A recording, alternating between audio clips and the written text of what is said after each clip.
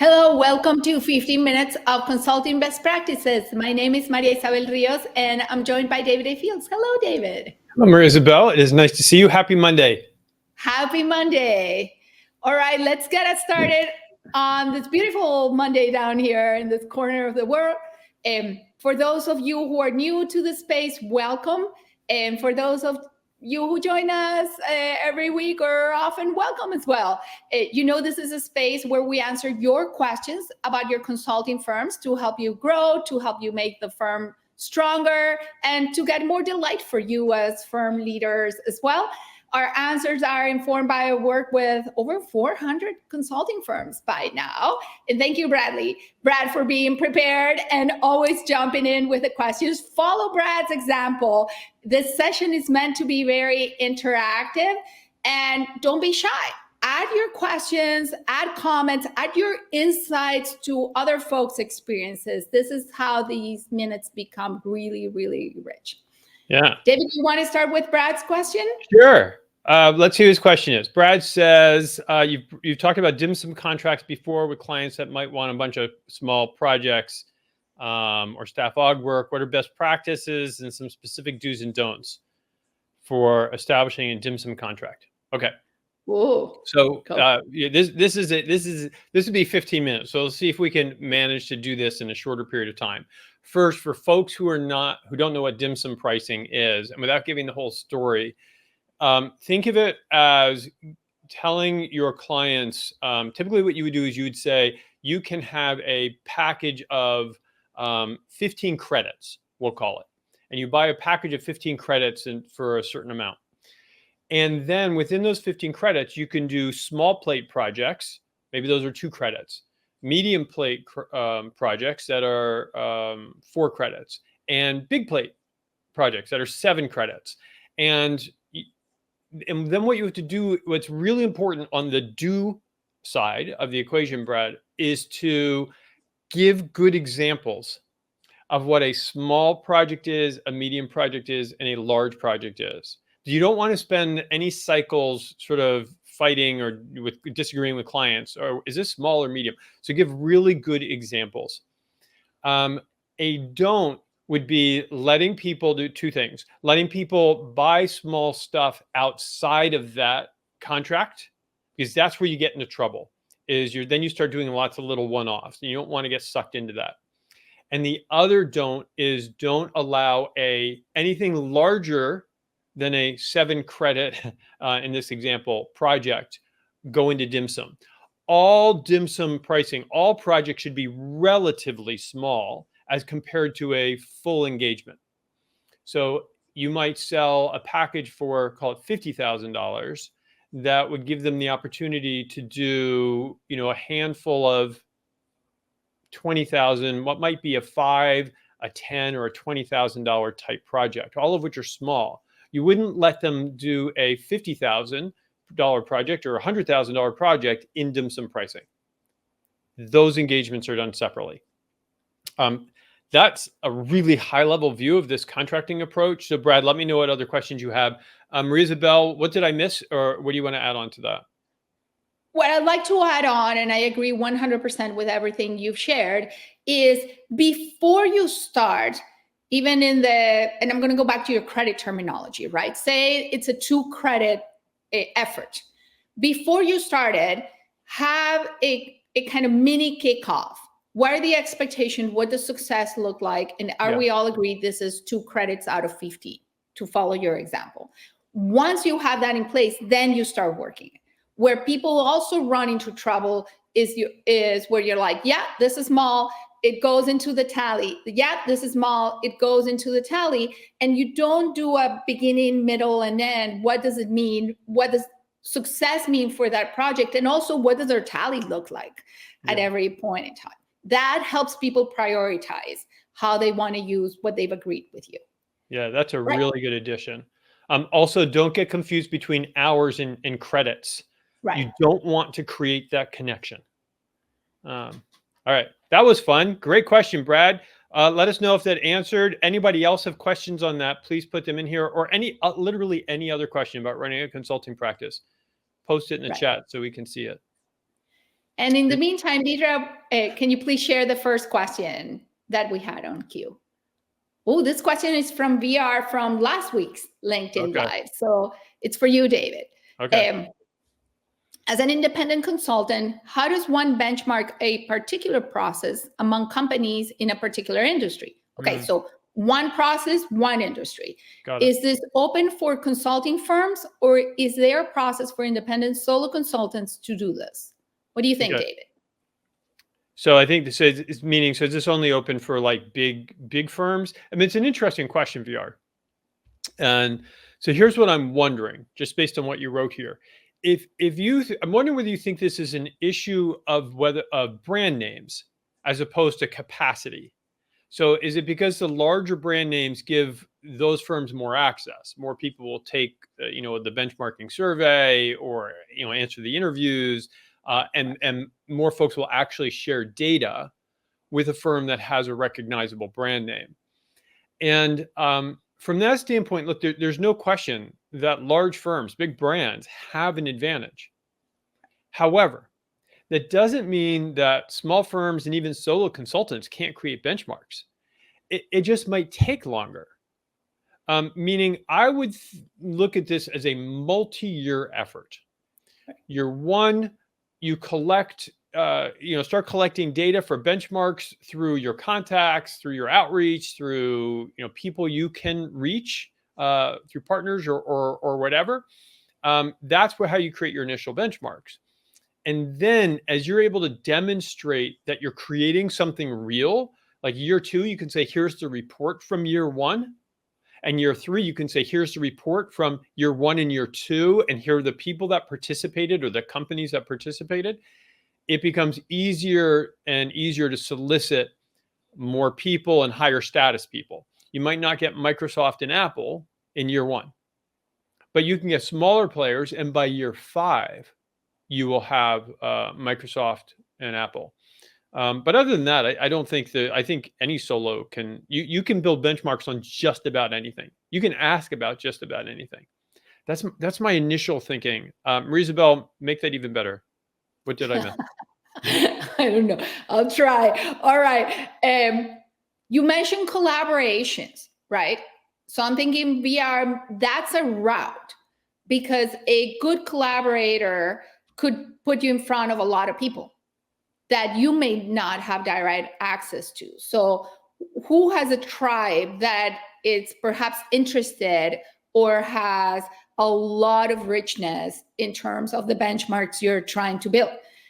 That's who I would think of first, right? If you want to start building that. You also have the credibility of that collaborator in front of their tribe, which hopefully opens up folks to sharing data with you as well. And the second thing I would think about, it's what's your ask? When you're reaching out to people, because you talked about process, right? When you're reaching out to people and say, look, I'm trying to put this benchmark together, what are you asking of them? Are you asking a certain amount of time? Are you asking for them to disclose information? And if so, what's the mechanic? How does it work? And also, what's the impact for them?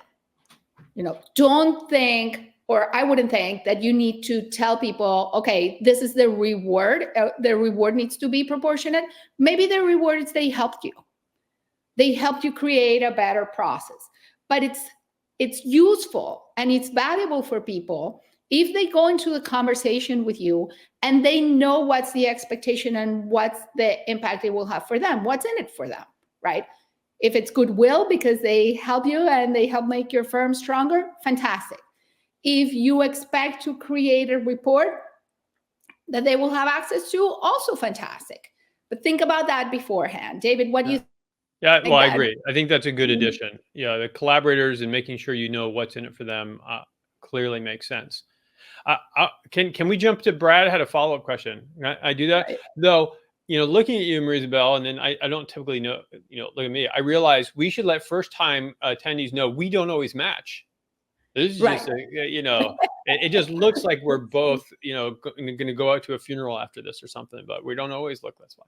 No, we have to sing after we're done with the LinkedIn Lives, right?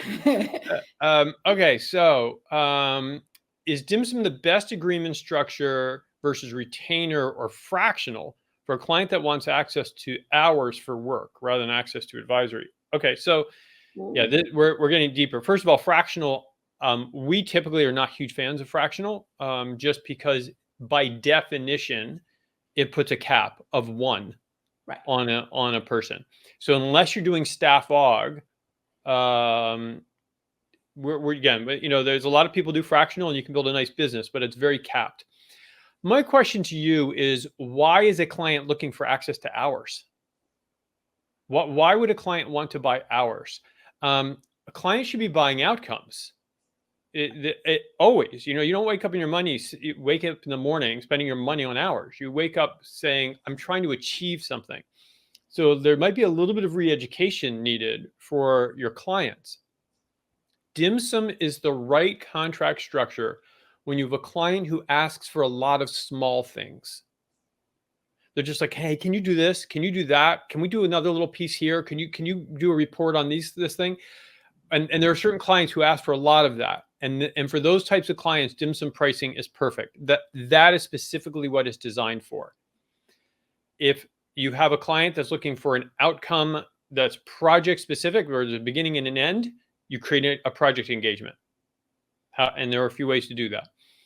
If you have a client that's looking for ongoing advice, different from a beginning and an end, just advice over time, that's what we would call a stipend, and many people would call it retainer.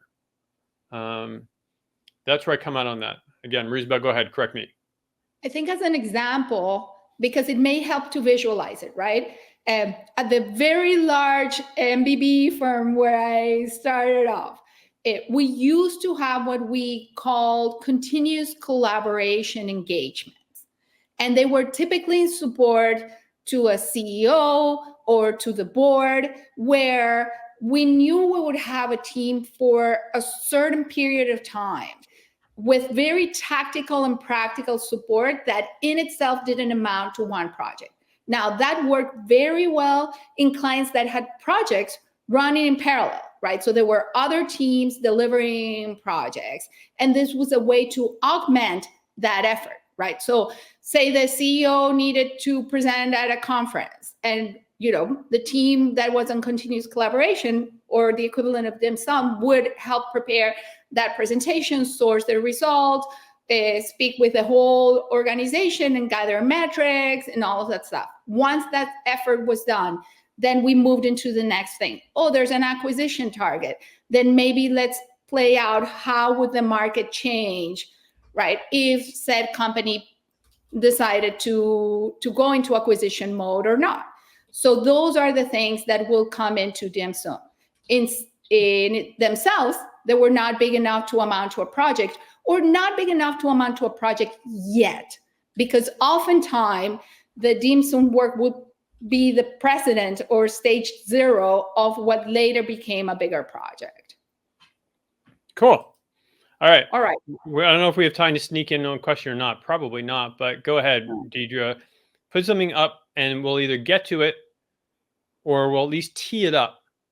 And then we'll get to it next time. So you'll know what's coming up next week. What is our question? All right. The question is, when we get in front of the decision maker, how long should a PowerPoint presentation be? My associate feels we should make it detailed, 25 slides with facts and figures. However, input from an actual prospect suggested to us to keep it high level. Lauren, thank you for your question. All right, David. I will answer this in 20 seconds. Okay. Go for it. Okay. Your prospect's always right. So if they've asked for a short presentation, you give them the short presentation, you can put any detail in the back. You're going to start every presentation with the right side up inquiry, which ensures you're talking about what they want to talk about to begin with. And you may not even present at all. Be very, very careful, and your partner needs to be very careful of pre-building too much with the expectation that you're going to present it, because then you will feel compelled to present it. And the presentation, your meeting, is not about you. It's about your prospect. Okay, so stay focused on them, not on your prospect. And right. Rizabel, I'm not going to give you a chance to weigh in. So we'll see whether we hit that sufficiently next time, because we have hit our 15 minutes. Thank you all for joining us and spending this time. Couple notes: put Monday live in your calendar, wherever Deidre put it over here, so that you join us every week. And subscribe. Put down the subscribe thing, Deidre. There we go. So that you get our articles. And there's been lots of comments recently. Join in the fun. And lastly, if you're running a 7-figure practice or an 8-figure practice, contact me about, or go to boutiqueconsultingforum.com or contact me about it. It's something I attend. It's pretty amazing for firms that are 7-figure firms, 8-figure firms. And I'd love to see you there. So thank you. Thank you for coming. I hope you have a fabulous week. I hope you do remember consulting is about them. It's about your clients and your prospects. So just give them value, give them kindness. And we will see you next week. Thank you. Ciao. Take care.